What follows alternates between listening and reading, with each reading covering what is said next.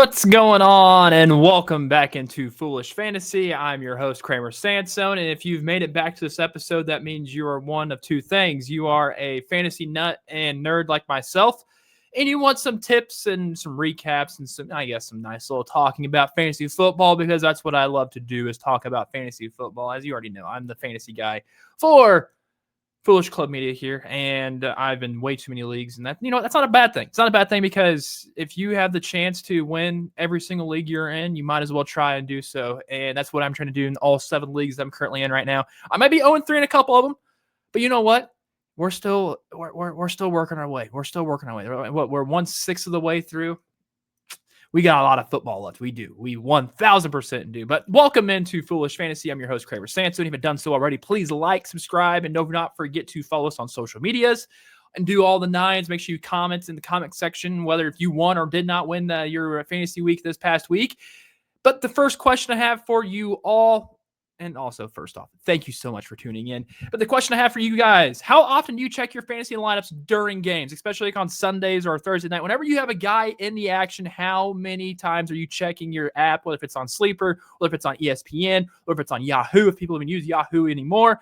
How many times are you checking it? Because I'm constantly checking it, but then I'm at the point now where I want to stop looking at it until the night cap is, because I'm getting tired of going on my phone, trying to see exactly what I'll insert some random name here, like Sam Laporta, to see what he's actually truly doing. And then I'll be just disappointed the entire time. By every quarter, every minute that I'm trying to refresh, maybe there's another catch that's happening that I'm watching Red Zone the exact same time. I'm checking this thing often, quite often actually, but I've actually started muting it now. And I'm hoping that me muting my notifications is going to help me my addiction of checking fantasy football constantly. But you know what? If it doesn't, so be it. I'm going to be addicted to this no matter what. But no, I'm curious. How often do you check your fantasy players or fantasy team? Or do you check it like on Monday? Or you check it on Tuesday to see if you won your week that you have? So you just like put it back, lay it on that back burner, and not even realize that it is happening. So I'm just curious how things go that way. But let's get into the funsies that we do around here, as we'll start off with welcome back, Xavier Worthy. Welcome back. He made an impact on the game for the Kansas City Chiefs. They took on the Baltimore Ravens. The Chiefs defeated the Baltimore Ravens. As you can get to all the extensive coverage that we do here on Foolish Club Media, just go back and watch the post-game recap with Rocky Magana and Steven Serta had.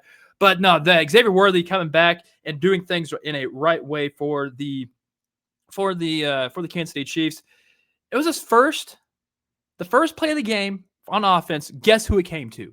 Xavier Worthy. I think Xavier Worthy is supposed to be a big focal point in this offense from the start, from the get-go, especially because they targeted him early, like really the first 2 plays, basically for back in week 1 when they were in Brazil. And then they came off straight for him on that one. Awesome. Yeah, he also led the team in targets.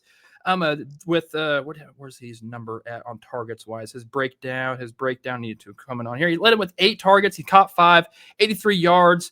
He came in with a 17.1 on the PPR, which is exactly what you need. I benched him in a few of my leagues that I have him in, because I wanted to see what he brought back first, like the eyewitness test, and now they're going against Jacksonville next week, which I feel very confident the Kansas City Chiefs will be throwing it all over the place against the Jacksonville Jaguars.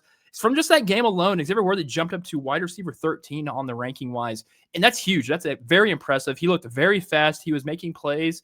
That the over-the-shoulder catch was very promising for him to know that, all right, I'm going to catch this ball, then go down or get down, take a hit maybe once or twice, and he felt like I'm good. Like he has changed the way.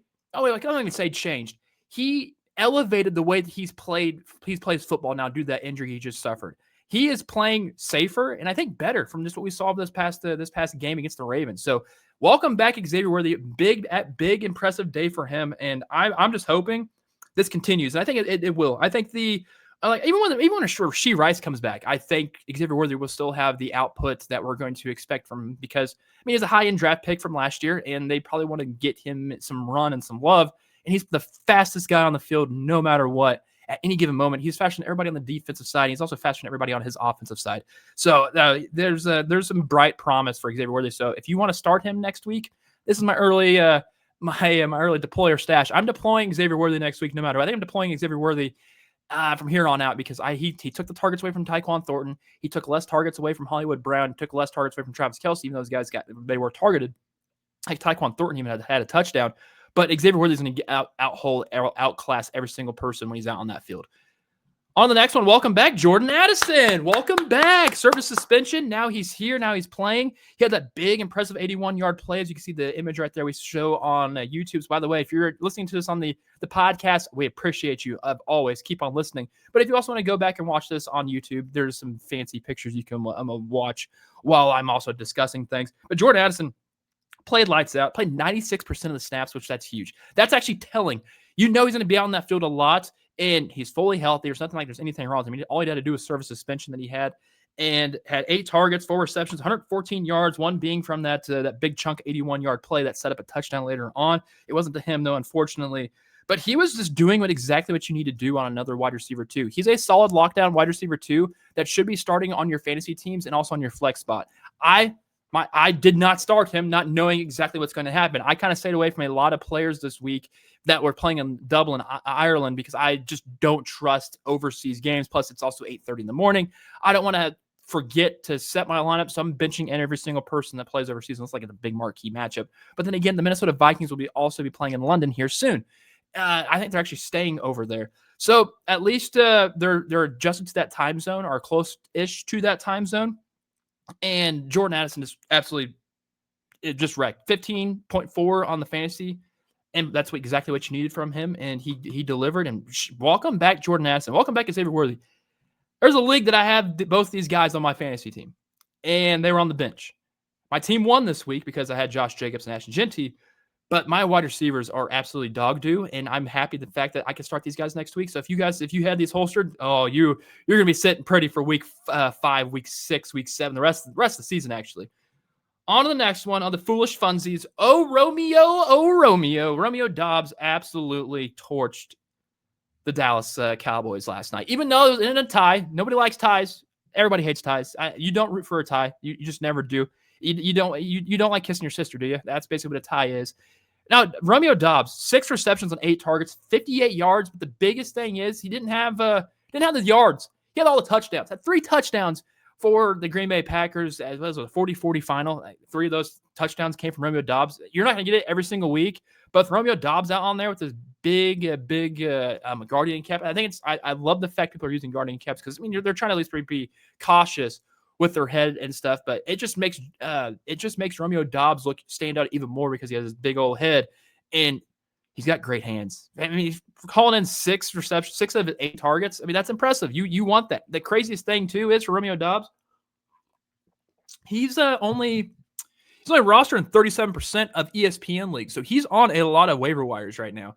And don't let this 3 touchdown performance sway you away. You should probably file a claim and make sure you try to get Romeo Dubbs because he might be the 1 or the 2 or maybe the 3. I feel like Tucker Kraft might be this number 1 option at this point. But if you need a Jordan Love, if it's not Matthew Golden getting the reception, it's clearly Romeo Dubbs. As you saw, he trusts Romeo more in the red zone, as with the 3 touchdowns kind of proves it. But this offense is just humming if Jordan Love's on it, and if the other opposing defense like the Cowboys are playing and stuff. So, and they weren't doing great. It was the Micah Parsons versus the Dallas Cowboys rematch. The fact that it ended a tie was hilarious. It was hilarious. It was. I enjoyed the rest. I enjoyed the game. I enjoyed the final half. I started watching it after halftime, and I watched the best part of the entirety of it from halftime all the way to the end of the overtime. So that was a fun game. Romeo Dubbs. Oh, Romeo. Stud. Like I said, 37% rostered on ESPN leagues. So make sure if you want to get Romeo, try to go out there and get him, especially if you're in a 12-team. A 12-team league, he'd be perfect for your team. Especially if you want to grab and stash. I love, me and my grab and stash guys. He's a grab and stash kind of player. All right. Should we be concerned, fantasy owners, of Sam Laporta? Sam Laporta has just I don't understand it. I would like to understand it more because Sam Laporta was a guy that I was very high on, especially for the season. But then once we still see how what's the best proper way to say this? How this offense now works without Ben Johnson, it seems like they want to spread the ball and make sure everybody has at least one touch or anything. But when you have a guy that is playing 93% of the snaps and only targeted 4 times, that's telling something. Especially if you go back to week 1, Sam Laporta was out there for 91% of the snaps, had 9 targets, 6 receptions for 79 yards. He has yet to find the end zone at all this season, and he's been targeted 4 times the last 3 weeks. 4 times against Chicago, 4 times against Baltimore, and 4 times against Cleveland this past week. It's not good. He's like basically tight end 22 at this point in time when it comes to ranking these tight ends right now. And when you're getting Sam Laporta, you're expecting some Jared Goff-esque throws, maybe some dump downs, maybe some end zone targets, but that's just not happening right now. Amon-Ra St. Brown is just, I think, just sucking all of the receptions out of the air right now. Because, I mean, if it's working, it's working. Why not? There's just way too many mouths to feed. It's kind of like with David Montgomery this past week. David Montgomery had like 1.2 fantasy points because he just didn't do anything. That just happens with this Detroit Lions offense. You would expect it to kind of, I wouldn't say hum, like the spreading the ball out even more if you're like the Green Bay Packers, for instance. But that's just not the case. This Lions team, I don't know if I trust starting Sam Laporta as my tight end 1 option right now. He's tight end 22, especially if I'm in a 12-team league. You want to play the best possible tight end, trying to get the most points. Who gives a crap about name recognition? If Sam Laporta is pulling in 6.9 PPR points a week, I don't want to start that. And I'm not going to start that. And that's how your mindset should be. You should not carry the mindset of, oh, it's Sam Laporta, it's Sam Laporta, it's Sam Laporta. Big target. You hope, you're hoping here that Jared Goff throws it to him. He's probably not going to throw it to him. Like I said, he's only been targeted 4 times the last 3 weeks. That's not enough for the production and also the draft spot value that we drafted him for. This is a top 35 pick. This is a top, top 50 pick, especially in PPR standards. You expect a lot more out of Sam Laporta, and we're just not getting that. And I think we should be concerned. I 1,000% think we should be concerned. Now let's go on to another concern that could be how to judge Jaxson Dart's future production. Like I think it's going to be hard. It's going to be insanely hard trying to figure out what his production is going to be because we really didn't see him throw the football as much. He went 13 of 20 on throwing, 111 yards. He did have 1 touchdown. He did rush 10 times for 54 yards.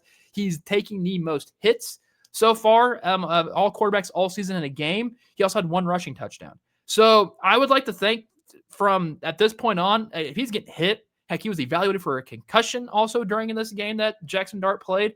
And I don't think his rushing numbers are not going to be up to where he was, 54. He might get that rushing touchdown while he's in the red zone because why not? He had the legs and you know you're not going to get hit. Might as well go out there and scramble for it.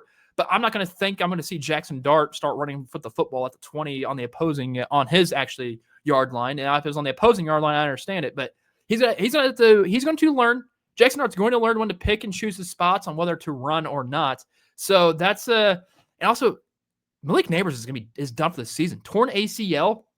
Not good whatsoever. Get another turf monster able to knock out Malik Neighbors. That's not good. It's not what you wanted to. And then people are going to bring up the debate again. Oh, is it the turf fields or the grass? But then again, Nick Bosa tore his ACL in grass field this year. So I know there's more give when it comes to dirt and grass, but there's insanely less give when it comes to turf, and it's not fun. Trust me, my knees hurt whenever I used to play soccer on it. That was not great too. Kicker. Let you know that right now. But no, how do we judge it? It's going to be hard to. We're going to probably see him throw the football, hopefully a little bit more. But if they just hand it off to Cam Scatterbo, they can easily do that and get the yards that way. He's going to keep backflipping in the end zone. So it was a fun win by the Giants. I'm glad that they were able to beat up on the Chargers. Holy cow! That just turned. I just turned for. I guess it's the best side. I guess I don't know. Jaxson Dart. I mean, he's a fun guy. I wouldn't go clamoring over him for any sort of. Oh, I got to start him in fantasy football just yet. I mean, he did have a 21-point day in PPR standards. So I mean, that's a nice, healthy 21 points that you could have on your quarterback selects. I mean, there's like Geno Smith had like 17. So. Or, Dak did go off. But there's sometimes these quarterbacks, we expect them to get the 20s and 22s. They get the 10s. They get the 12s. But that's just every single week. Like Daniel Jones, expected to get 20 points in PPR standards. Got, I think, 13 this week. Because, he actually played pretty bad at 2 interceptions throwing. So, but that's the foolish funsies. Now let's get to our shiners. Shiners and false hopes. It's kind of like doers and duds, or studs and duds, or duds and studs. You know what? I'm a pro wrestling guy. Let's get our shine on. Let's start off first with Puka Nacua. Puka Nacua, 36 PPR. That's insane. 13 receptions on 15 targets with 170 yards with also 1 touchdown. Puka has the most targets in the NFL. He'll continue to get the most targets in the NFL. If you have Matthew Stafford, if you don't, he's on your on like waiver wires and stuff, you should probably get Matthew Stafford because Matthew Stafford's going to be throwing the ball any single time, whether if it is to Devontae Adams or Puka Nacua here.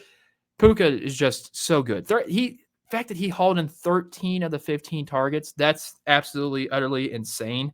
And also with Nacua, getting the touchdown, big, because he hasn't really had the touchdown explosion that we've seen, especially with all the targets that he has right now. But man, this is a guy that's getting 81% of the snaps. He got 91% the week prior, and he's wide receiver 1 to a T. Like that's just he's so good. He's so good. And let's continue on the goodness because Ashton Jeanty finally showed out. He finally showed out. And I think I did say, hold on, I'm going to scroll down real quick. I'm pretty sure I said start him this past week. Let me see. I'm fact checking myself right now. Bears I said deploy Ashton Jeanty, and I'm glad you did because Ashton Jeanty was an utter stud for the Raiders with a 33.5 PPR, 21 attempts on 138 yards, 1 touchdown, 2 receptions for 21 yards and 2 touchdowns. Get this guy the ball no matter what, and he's going to do magical things. I know he had a fumble, but the fumble really wasn't his fault. The center, Jackson Powers-Johnson, decides to not even block the guy that was right in front of him because he thought that the run play was going to go over to the left real quickly. You can't really snap a ball and expect to go to the left that quick because the time has to develop a little bit. He didn't develop it at all. That's the only reason why that fumble did happen for Ashton Jeanty. So I'm not too worried about the fumble being a cause of concern for any time in the future. I do want to say this, though. Ashton Jeanty's a freaking stud. He played like he was supposed to as a 6th overall draft pick, and he showed out. So if Ryan Clark's out there listening to this, you don't know football apparently saying that Ashton Jeanty's mid because he absolutely went all the way over and destroyed the Bears. Unfortunately, the Raiders still lost, but there's nice, bright, and hopefulness for if you're a fantasy owner of Ashton Jeanty and not a Raiders fan, that you know he's always going to do production. Like that's just the case. That's just a fact, actually. So Raiders may not have won, but they have won with Ashton Jeanty being on their team. Ashton Jeanty, absolute stud. I'm glad you started him if you did. Let's go on to the next one. George Pickens had 33.4 PPR last night in Sunday Night Football. Had 8 receptions on 11 targets with 134 yards, collecting 2 touchdowns. And he looked like he was always bleeping open. Or open, bleeping always. Like that's literally George Pickens. He is always, always, always open. And that's exactly what you want from your wide receiver, especially with CeeDee Lamb out. CeeDee Lamb's not going to be on this team for maybe a couple more weeks. And you need a guy that shows up, and that's George Pickens. And he did incredible. He's got great feet. He's got a good release and everything. But 2 touchdowns for him on Sunday Night Football. Bringing us on to the next guy that was playing on Sunday Night Football, Josh Jacobs. 31.7 PPR points. He had 22 attempts on 86 rushing yards with 2 touchdowns. He also caught 4 receptions on 4 targets for 71 yards. Made him a massive day. That's why he got 31.7 on the PPR spectrum. Josh Jacobs is a stud. Like, he is running back 1 no matter what. There was a play where Tucker Kraft tried to get into the end zone. They had a booth review. They thought it was a touchdown. It rolled back, put him at the 1-yard line. The Packers literally said, all right, we're going to give you 3 downs, Josh, to try to score it. On the 3rd down, he got it in there. They were giving the ball no matter what because they know that he is a bowling ball. Josh Jacobs is a must-start each week, but you already know that. You truly already know that. But a guy that you don't expect to be a must-start each week, which with the injury to Jaylen Warren made a big, big day for Kenneth Gainwell as he comes in on this list at number 5. 31.4 PPR points. He had 19 rushing attempts on 99 yards, 2 touchdowns, 6 receptions, and 6 targets for 35 yards. Kenneth Gainwell was the saving grace for the Pittsburgh Steelers here. Big reason why they made that. Weren't they down at some point or were they up? I mean, I know this game went to overtime, but this was a Kenneth Gainwell show to remember, and hopefully this gives him some more run. He took a lot away from Jaylen Warren, so maybe if Jaylen Warren's out next week, might be a must-start, must-grab, because Kenneth Gainwell, I don't think he's owned that much. He actually might be on my waiver watcher, so stay tuned. Kenneth Gainwell had an insane day, an absolute insane day, and those were all of the shiners that were out there, and now the false hopes continuing to keep falsing, as we'll start off with number 1, Jameson Williams.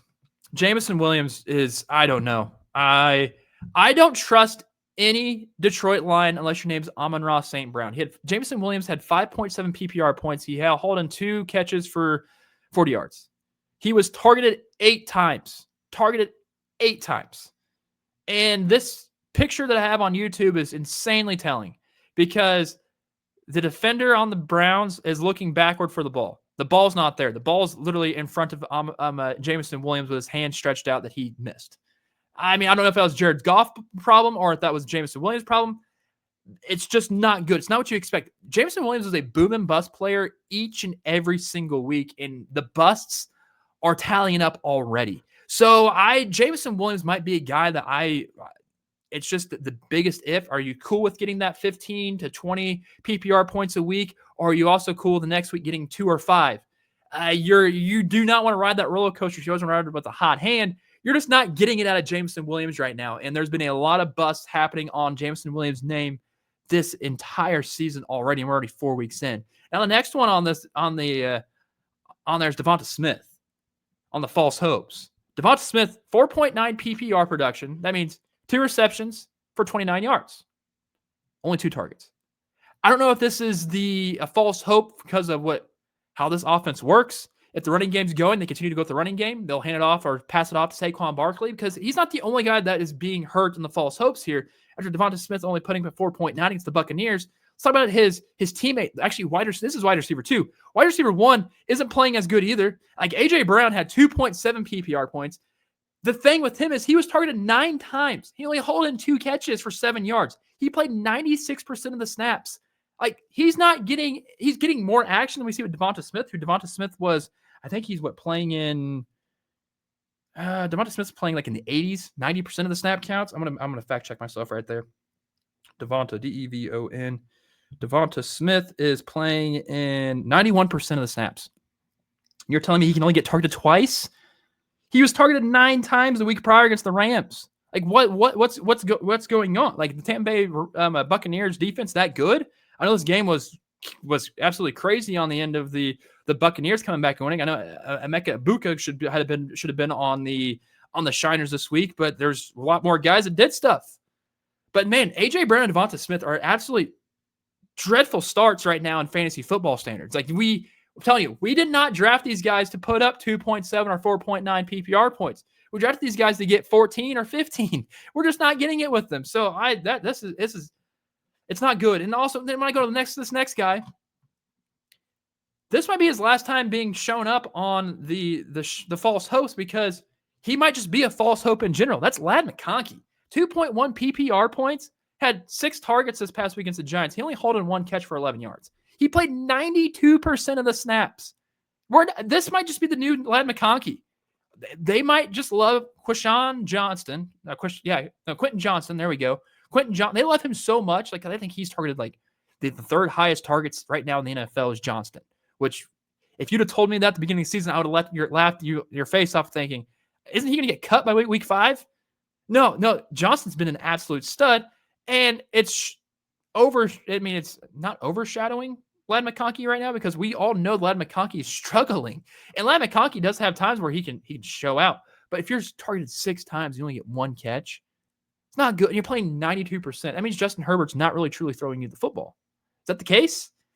And then it's not good. So this might be, if this is going to be a common occurrence, this is back-to-back weeks where we have Ladd McConkey on the guys who just played like dog crap.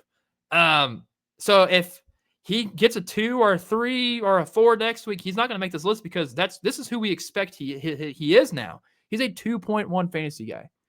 He was a top 25 draft pick in fantasy football standards.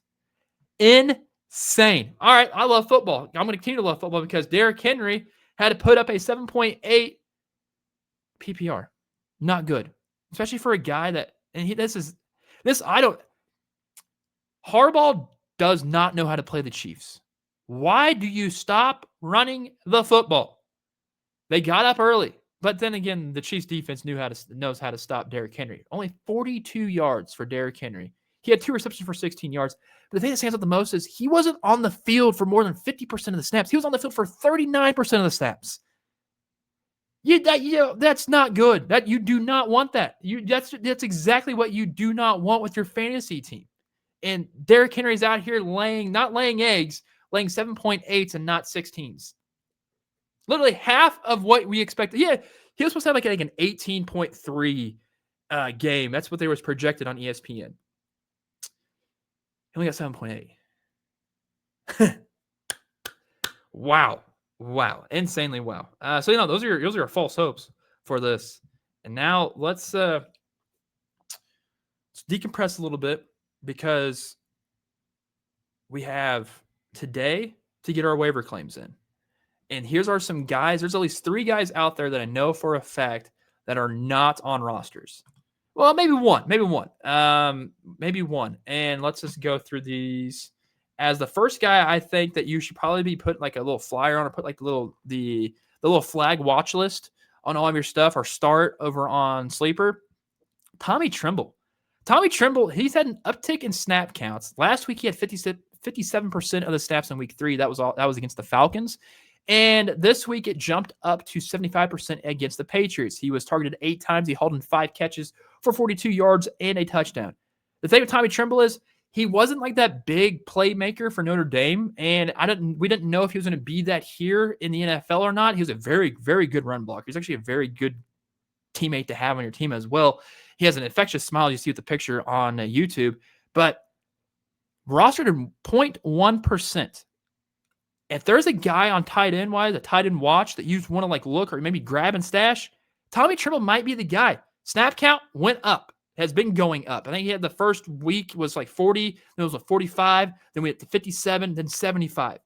Tommy Tremble's value is going up each and every single week. Make sure you are keeping an eye out on him. Make sure you are also keeping an eye out on Juju Smith-Schuster.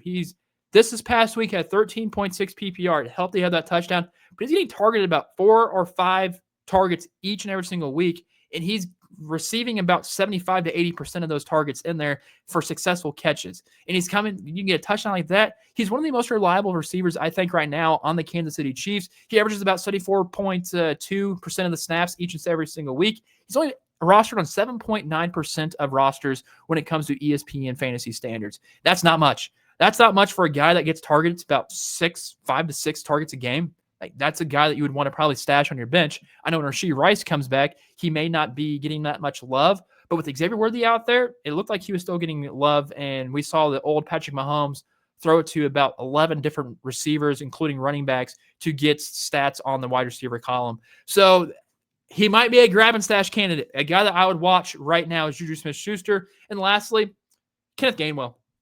He had a game of his life in Dublin, and it's not like I don't think he's going to do it again, but he still is a good touchdown candidate each and every single week. He's rostered in 36% of ESPN leagues, so he is available about 74% of leagues he's available in, which is not 74%, 64%.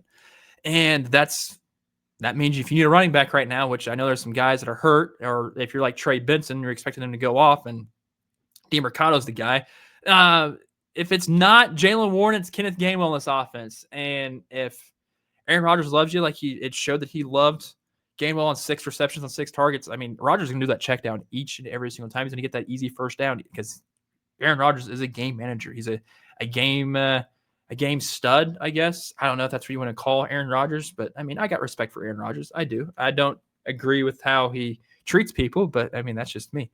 But you're not here to hear that type of stuff. You're here to talk about fantasy football. And by the way, I would start Aaron Rodgers each and every single week on my fantasy team if I had him. So, or actually not, because I know there's a lot more quarterbacks that are available that I would probably take. So yeah, that has been Foolish Fantasy. I'm your host, Kramer Sansone. Thank you if you made it all the way this far. Please give us the like, the subscribe. Say that you made it. Say that you made it. I want to know first off, I want to know how many times you check your fantasy lineups during games. And lastly, did you win? I didn't know if you won or you lost this past week, because it's always a dogfight each and every single time. And if this doesn't give you any sorts of feel goodness or helpfulness or any like these types of tips that I'm trying to give out to you all I know is good luck. You're going to do great this upcoming week. We're going to preview what's to come for week 5 here in a couple of days. Maybe sneak in a guy who's made it through your waiver wires. That's like, oh, I was watching him and he didn't get picked up by anybody. Maybe it's now time to not actually use that waiver wire spot, whether if you are like the number 5 on the list and you're still trying to work your way up. Maybe you shouldn't like, I guess, put a claim in for anybody and wait till it's just open public for everybody, then you make your move. That right there, if you are that type of person, you're my kind of person, because I try to, juggle it all the time. You got to, if you're in 7 different leagues like myself, you got to change up anything and everything if something's not going right. And you know what? I believe in you, that you will get the job done entering in week 5. Good luck with your waiver claims, and good luck as always. Have a good one. Don't forget to subscribe. What's the best way to end this? You know what? Happy fantasy.